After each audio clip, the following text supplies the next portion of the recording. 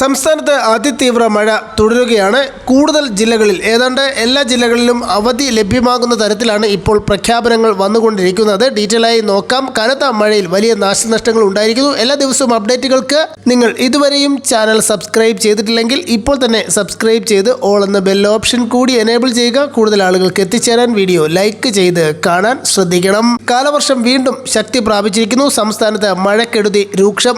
2 ജില്ലകളിൽ അതിതീവ്ര മഴ മുന്നറിയിപ്പ്. Red alert. കോഴിക്കോട്, കണ്ണൂർ ജില്ലകളിലാണ് റെഡ് അലർട്ട് പ്രഖ്യാപിച്ചത്. എറണാകുളം, ഇടുക്കി, തൃശൂർ, പാലക്കാട്, മലപ്പുറം, വയനാട്, കാസർഗോഡ് ജില്ലകളിൽ ഓറഞ്ച് അലർട്ടും പ്രഖ്യാപിച്ചിട്ടുണ്ട്. പത്തനംതിട്ട, ആലപ്പുഴ, കോട്ടയം ജില്ലകളിൽ യെല്ലോ അലർട്ട് തുടരുന്നു. നാളെയും മലപ്പുറം മുതൽ കാസർഗോഡ് വരെയുള്ള ജില്ലകളിലെല്ലാം ഓറഞ്ച് അലർട്ടാണ് പ്രഖ്യാപിച്ചിരിക്കുന്നത്. നാളെ ജൂലൈ 17 ഇപ്പോൾ കൂടുതൽ ജില്ലകളിൽ അവധി പ്രഖ്യാപിക്കുന്ന സാഹചര്യമാണ് ലഭ്യമായിരിക്കുന്നത്. ഇപ്പോൾ 8 ജില്ലകളിലാണ് അറിയിപ്പ് ലഭ്യമായിരിക്കുന്നത്. ഏതൊക്കെ ജില്ലകളാണെന്ന് നോക്കാം.